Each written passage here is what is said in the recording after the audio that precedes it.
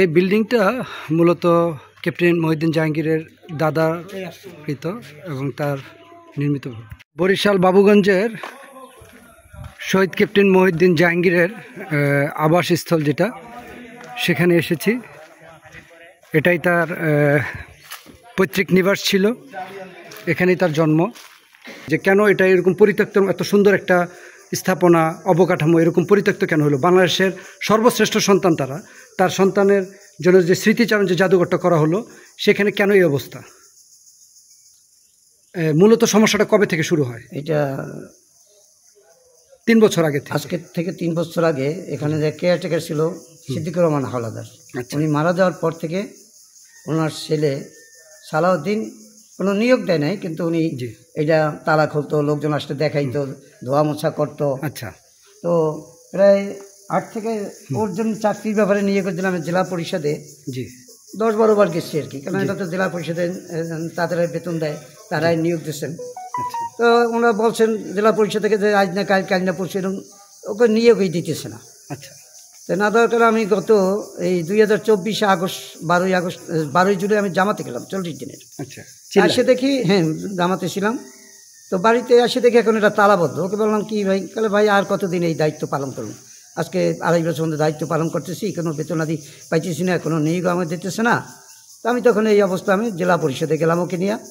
তো জেলা পরিষদের নির্বাহী কর্মকর্তা একজন মহিলা, উনি আপা বললো যে আপনি চেয়ারম্যানের দায়িত্বে আছে যুগ্ম সচিব, উনি বিভাগীয় কমিশনার অফিসে বসে, ওখানে যাইয়ে আপনি ওনাকে বলেন। তো ওনাকে বলার পরে উনি বললো যে ঠিক আছে, এটা আমি আপনার কাছে এই অমুক বিশ্বেশ্বর জাহাঙ্গীরে ভাই, এই জাদুঘরটা 2008 সনে এটা করা হয়, উদ্বোধন করা হয়। একজন কেয়ারটেকার ছিল, কিন্তু উনি মারা যাওয়ার পরে এখন কোনো নিয়োগও নাই, এটা কে দেখাশোনা করবে? এই ছেলেটা প্রায় আজকে 2.5 বছর মধ্যে দেখাশোনা করতেছে, এখন তো ওটা তালাবদ্ধ করে রেখে দিয়েছে, লোকজন আসছে ওখান থেকে ফিরে যায় গেট থেকে। তো এখন কি করা যায়? আপনার কাছে আমি একটা পরামর্শ দিলাম। আমাকে বললো যে আপনি যদি পারেন লোকটা ওটা চালান, আর ওটা তালাবদ্ধ অবস্থায় থাক। উনি সরাসরি কথা বলেন আমাকে সামনে। তার মানে আমরা বলতে পারি যে এটা 3 বছর আগে যখন এই কি ওনার নাম কি, যে সিদ্দিকুর রহমান হাওলাদার মৃত্যুর পর তার ছেলে এটাকে দায়িত্ব পালন করেছে প্রায় 2.5 বছর বিনা পয়সায়। কিন্তু যখন দেখলো যে সরকারিভাবে কোনোভাবে তাদেরকে আর নিয়োগ হচ্ছে না, তখন সে মূলত এই জায়গাটা ছেড়ে দিয়ে চাবিটা হস্তান্তর করে দেয় মন্ত্রণালয়ের কাছে। আর এই চাবিটা হস্তান্তরের পর আমরা যে চিত্রটা দেখতে পাচ্ছি, যে এখানে একটা পতিত বাড়ির মতো, যেখানে নোংরা ময়লা আবর্জনা, অনেকটা ময়লা আবর্জনার মতো হয়ে আছে এগুলো। অর্থাৎ বাংলাদেশের সর্বশ্রেষ্ঠ সন্তান বা বীরশ্রেষ্ঠ যে তার স্মৃতিচারণ যে জাদুঘরটা, সে কিন্তু 1 নম্বর হিসেবে সে বীরশ্রেষ্ঠ ক্যাপ্টেন মহিউদ্দিন জাহাঙ্গীরের সমাধিস্থলের যে স্মৃতিচারণ, বা এটাকে বলা হচ্ছে যে তার জাদুঘর, তার সম্মানে যে জাদুঘর নির্মিত হয়েছে, সে জাদুঘরের সর্বশেষ পরিস্থিতিটা যদি আপনাদেরকে দেখাই, এটা আসলে খুবই হৃদয় বিদারক। এখানে জং পড়ে আছে, এগুলো কিছু কিছু দেওয়াল ভেঙে অলরেডি গ্রিল ভেঙে পড়ে গিয়েছে। এই যে আপনারা দেখতে পাচ্ছেন যে এগুলো কোনো গ্রিল ভেঙে যে রাস্তার মধ্যে পড়ে আছে, কোনো যত্ন নেই, কোনো এটার প্রতি কোনো দায়িত্ব হয়তো বা কারো নেই। অর্থাৎ মনে হচ্ছে যে এইটা দেখার মতো আসলে কেউ নেই। এই যদি হয় একজন বীরশ্রেষ্ঠ বাংলাদেশের সূর্য সৈনিক বা সূর্য সন্তান, সর্বশ্রেষ্ঠ সন্তানের এই স্মৃতি জাদুঘরের অবস্থা, তাহলে বাকি চিত্রটা আমি আপনাদের বিবেকের কাছে তুলে দিলাম যে সেটা কী ধরনের হতে পারে। সরকার এবং সংশ্লিষ্ট কর্তৃপক্ষের কাছে আমাদের দাবি, অতি দ্রুত এটা সমাধান করুন। কোন স্মৃতিটা?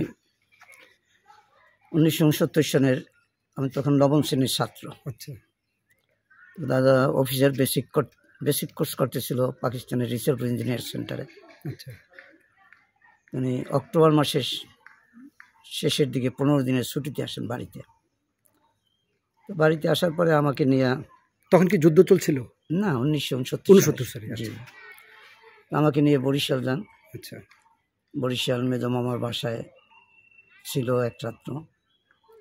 এর পরের দিন আমাকে বরিশাল চকবাজারে নিয়ে যান, একজোড়া চামড়ার স্যান্ডেল, একটা পায়জামার কাপড়, পাঞ্জাবির পর কিনে দেন। এরপর আমাকে নিয়ে যান ছোটো খালার বাড়ি। ছোটো খালার বাড়িতে এক রাত্র ছিলাম। পরের দিন বরিশাল জেলার মৌলজি থানার পাথরচা গ্রামে মামা বাড়ি, যেখানে আমি বাবা দাদা পড়াশোনা করছি, ওই গ্রামে আমরা বিকেলে পৌঁছি এবং রাত্রবেলা আমার ভাইয়ের সম্মানে পাথরচা পাবলিক লাইব্রেরিতে একটা নৈশভোজের আয়োজন করেন। রাত্রে ভাইয়ের সাথে খানা পিনা ওখানে খাইলাম। পরের দিন সকালবেলা আমি এবং আমার মা এবং আমার ভাই বিশিষ্ট ক্যাপ্টেন জাহাঙ্গীর নন্দীবাজার স্টেশনে আসি, স্টিমার স্টেশনে, এবং স্টিমারে উঠেই দেই। স্টিমারের সামনে এসে আমাদের দিকে চেয়ে থাকি। আমরা নৌকার বাড়িতে আসছিলাম, চক্ষু থেকে পানি পড়তেছিল, রুমাল দিয়ে পানি মুছতেছিলেন। এই মা এবং আমার ভাই হিসেবে তার শেষ দেখা। এটাই শেষ দেখাচ্ছি। জি, আসলে আমরা জানি যে বাংলাদেশের অন্যতম শ্রেষ্ঠ একজন ব্যক্তি আপনার ভাই বীরশ্রেষ্ঠ। জি। এক্ষেত্রে কি আপনার এই যে এলাকা বা যেখানে চলাচল করেন সেই অনুভূতিটা কি আপনি পান যে একজন বীরশ্রেষ্ঠের ভাই হিসাবে? না, ওরকম সেটা পাইতেছি না, আমরা ওরকম পান না? পাইতেছি না। সবচেয়ে কষ্টের হলো আমার, যেটা এখন দিলে সবচেয়ে আমার যেটা বেশি কষ্ট, যে 2007 সনে এই জাদুঘরটা কাজ শুরু হয় এবং 2008 সনের মে মাসের 20 তারিখে জাদুঘরটা উদ্বোধন করা হয়।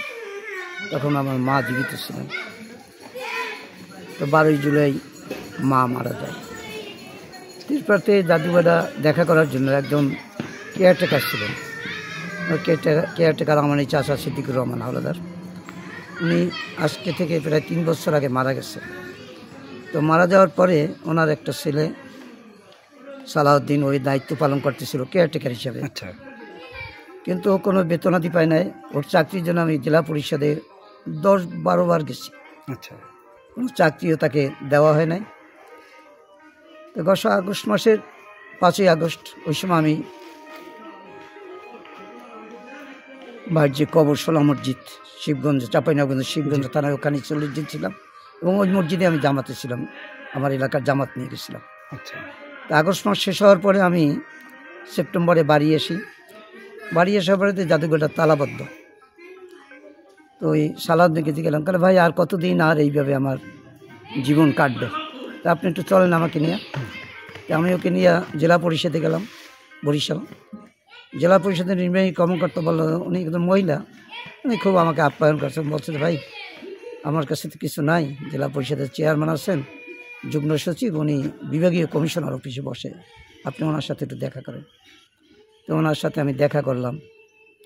সালাউদ্দিন আমার সাথে ছিল।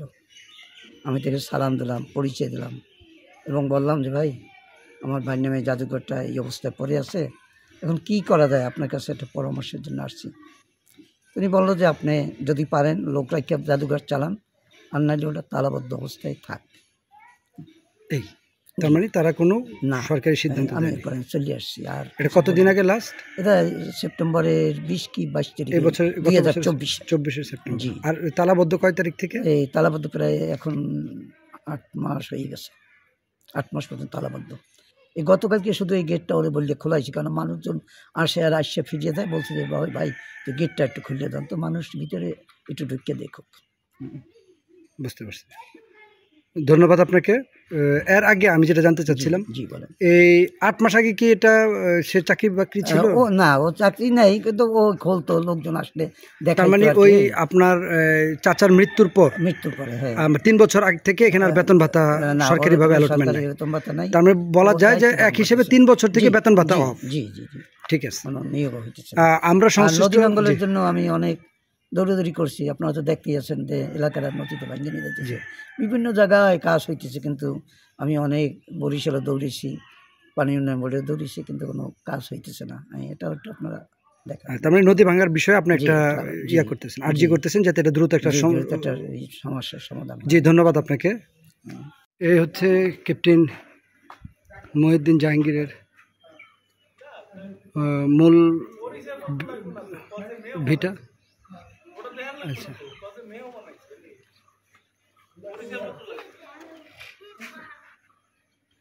এ হচ্ছে তার মূল ভিটাটি।